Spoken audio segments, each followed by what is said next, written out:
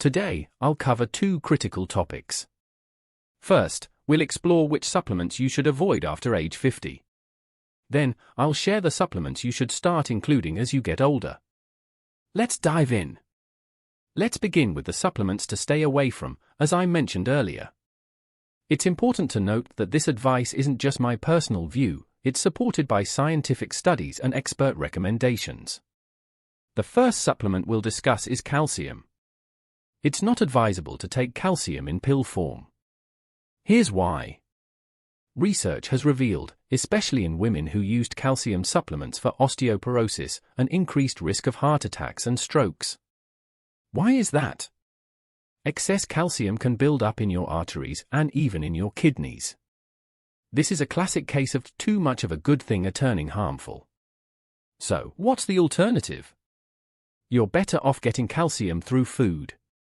Increase your intake of leafy greens and nuts. Your body can absorb calcium more effectively from these sources, without the unwanted side effects we're looking to avoid. Next up on the list of supplements to avoid is iron. Now, you might wonder, isn't iron essential? Yes, it is. But here's the thing, our bodies are not good at eliminating excess iron. As a result, it can accumulate over time, potentially causing harm to the liver, heart, and pancreas. But that's not the only issue. Too much iron can disrupt your body's absorption of other essential minerals, such as zinc and copper.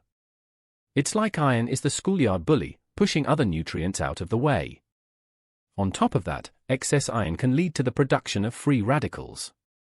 These harmful molecules can cause oxidative stress, which may increase your risk of chronic illnesses like cancer and heart disease. Clearly, that's not what we want from supplements, right? Here's the deal, your body regulates iron absorption naturally based on your needs. When your iron levels are balanced, your intestines decrease iron absorption. It's a natural balancing act. But if you start taking iron supplements without a medical reason, you can disrupt that balance. Unless your healthcare provider has specifically prescribed iron supplements due to a deficiency confirmed by tests, it's better to avoid them. Taking iron without a need can do more harm than good. The third supplement to steer clear of is vitamin A. Now, I'm not referring to the vitamin A found in vegetables, that's perfectly safe. I'm talking about vitamin A supplements. Regular use can lead to serious problems. First, it can damage your liver.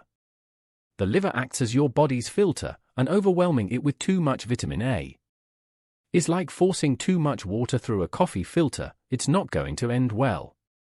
Vitamin A supplements can also contribute to osteoporosis. Remember how we discussed calcium earlier? Well, too much vitamin A can counteract your bone health, raising your risk of fractures. But there's more. Excessive vitamin A can cause skin issues like dryness and cracking, and even affect your mental state, causing irritability and confusion. This is hardly the path to youth we want, right?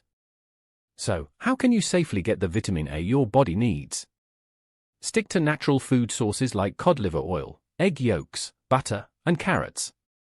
These natural forms are much safer and easier for your body to manage. Unless your doctor specifically advises you to take vitamin A supplements, it's better to skip them. Now, let's switch gears and focus on supplements you should consider as you age. These are the beneficial ones that help you stay healthy and energetic as time goes by. First on the list is magnesium. This mineral is a true powerhouse. It protects against calcification, particularly in the arteries. Magnesium does this by regulating calcium metabolism, preventing the formation of calcium phosphate crystals, and offering anti-inflammatory benefits. But that's not all magnesium offers. It can lower blood pressure, ease muscle cramps, boost your energy, improve sleep, and reduce cortisol levels. That's a lot of benefits from one simple mineral. Next on the must-have list is vitamin D3. I can't emphasize enough how essential this vitamin is. Many people in Western countries are not getting enough vitamin D, whether from food or sunlight. We spend much of our time indoors, away from natural light. And let's be honest, vitamin D is not abundant in most foods. You can find it in fatty fish, liver, and egg yolks, but if you follow a strict vegan or vegetarian diet, your options are quite limited. What's the solution? A good vitamin D3 supplement. Taking about 4,000 IU of vitamin D3 daily is roughly the equivalent of getting 20 minutes of sunlight 2 to 3 times per week, depending on your location and skin type. It's a simple and effective way to ensure you're getting enough of this vital vitamin. Now, here's an interesting part. The next vitamin I recommend is vitamin K2.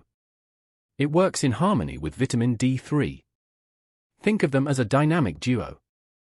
D3 helps your body absorb calcium, while K2 ensures that calcium goes to your bones, where it belongs. This prevents calcium from building up in unwanted places like your arteries or joints. But K2 isn't just about calcium regulation. It also helps boost your mitochondria's energy production by increasing ATP. It's like giving each cell a little energy jolt. Next up is vitamin C. You're probably familiar with its antihistamine effects, which are helpful during allergy season. But did you know that high vitamin C levels in the blood have been linked to a lower risk of certain cancers, like stomach cancer? That's pretty impressive. You may wonder about natural versus synthetic vitamin C. Chemically, they're identical and equally effective in the body. However, vitamin C from natural sources may be absorbed better.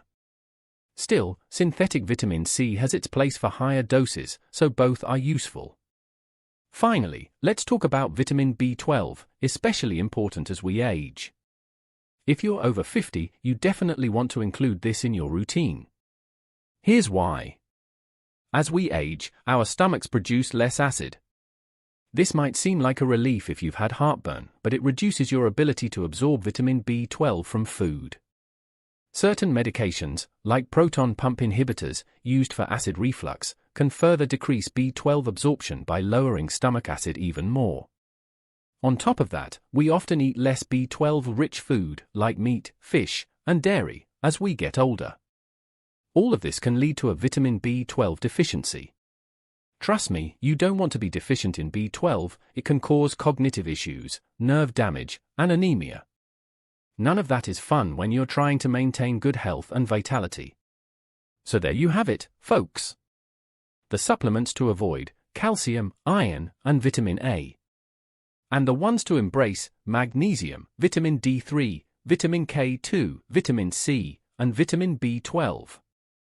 Remember, supplements can be a great addition to a healthy lifestyle, but they're no substitute for a balanced diet. Always consult your healthcare provider before starting new supplements, especially if you're on medication or have existing health concerns. And if you've made it this far, why not drop a comment saying, "Thank you"? It's always great hearing from you. Make sure to subscribe for more health content like this.